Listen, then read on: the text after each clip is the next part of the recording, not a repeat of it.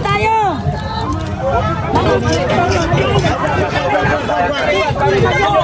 Ayan. Tawan nyo. Mga kasama, hindi na yan magandang magsira tayo. Parang tayo natin yung nandun sa kabila. Kayo naman yun! Muna kayo eh! Pariwag! Sandali, pare! Nauna sila eh! Mga kapulisan eh! Yung isa doon eh!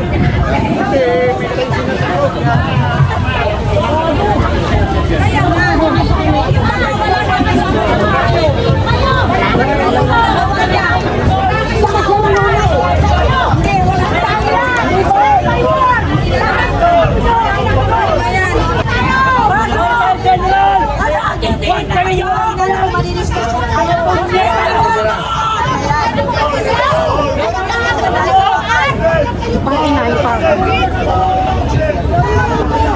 Ang kwentong general po!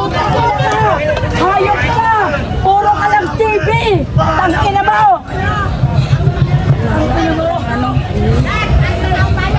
Hayop! Pag wala nang income tax, wala din naman kayong sweldo. Ewan ko lang kung pulis pa kayo. Hindi kayo bagay mabilis! Tandaan nyo yan! Ayaw nyo ito! Ayaw nyo sa bukod! Video! Dito! Sabi sa mga anak ninyo, tatay namin, sa panahon na to, duwag! Duwag ang PNP ngayon! Anak, naging duwag ako para may palamon sa inyo! Hindi ako ganyan magturo sa mga anak ko! Kasi nga nung tayo, wala tayong tulog. Hindi nyo binabantayan yung sa kapwa niyong pulis. Kamangay nasa loob.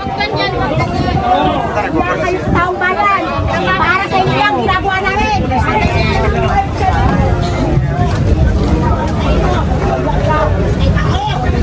Tawagin yung mga kasama natin na kabayan. Tipon-tipon tayo. Talaga ang mga pulis, Jukanya pasok ninyo! Abot na ang anak ko. Abot ako.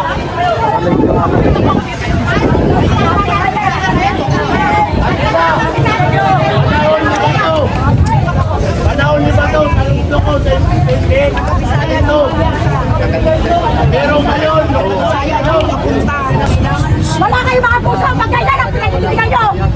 Ang ilan nyo, galit na galit na taong bayan. Pero ang ganyan, ibaba mo yung camera nyo dyan. Huwag kayong malakad. Mag-duty kayo. Pinabayaran lang kayo. Ha? Ang nyo. galing ako Mindanao, magkano pamasahe? Ilang dito pumunta sa Luzon. Samantala kayong taga Luzon, walang bayad! Wala ka talaga. Mga nakakahiya, mga nag-training kayo. Sayang. Sayang ang pinag-training nyo. Taon, buwan.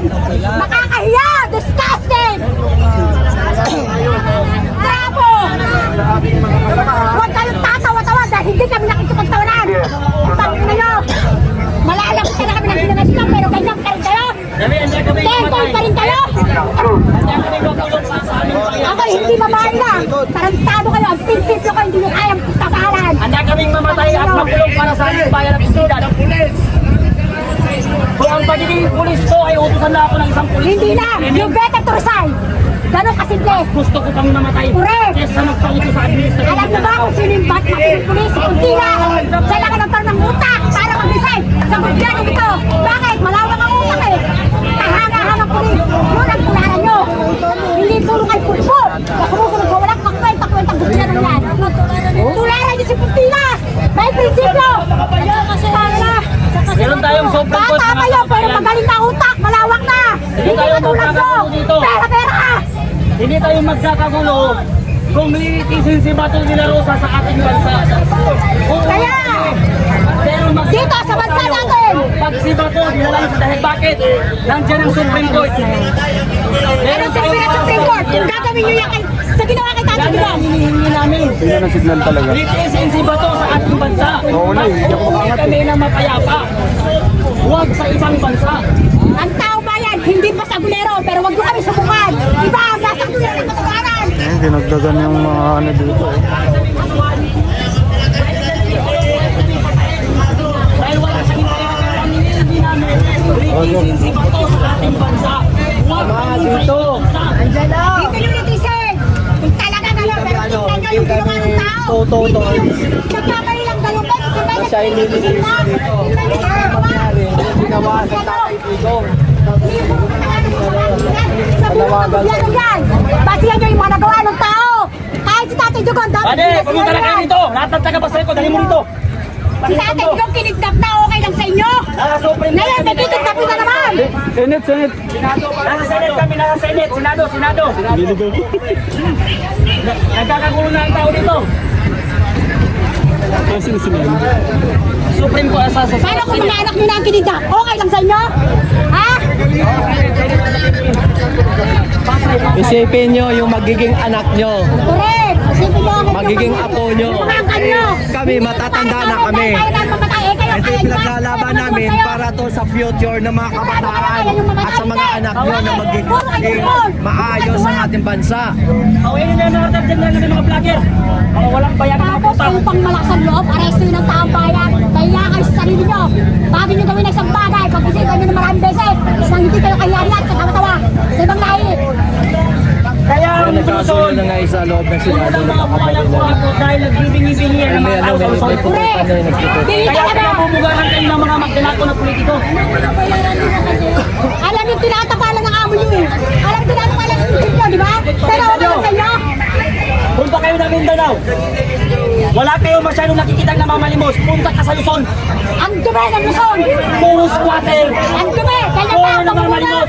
Dahil sa gobyerno magdalakaw. yan ba gusto nyo pamumuno? Ang dumi ng bansa natin. Di ba ayaw natin yan? Sumagot kayo. Ayaw natin yan. Ang madumi ang bansa. Kaya gusto nyo tulong ang gobyerno natin. Kaya hindi tayo perfecto. Pero ayusin natin ang tama. Ang bago. Magkaroon kayo ng takot sa Diyos. Magkaroon kayo ng Diyos sa buhay. Na hindi kayo kahiya-hiya at pagtawanan.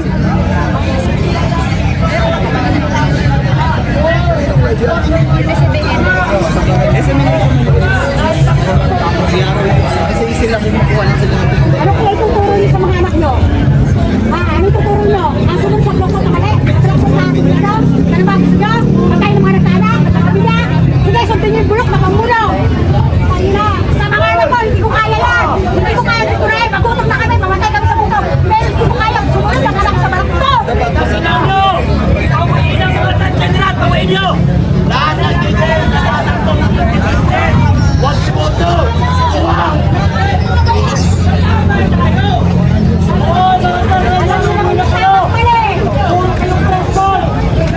So, kumpirmado no, na may pumutok po sa loob. Hindi ko lang alam kung nahuli na si Senator Bato.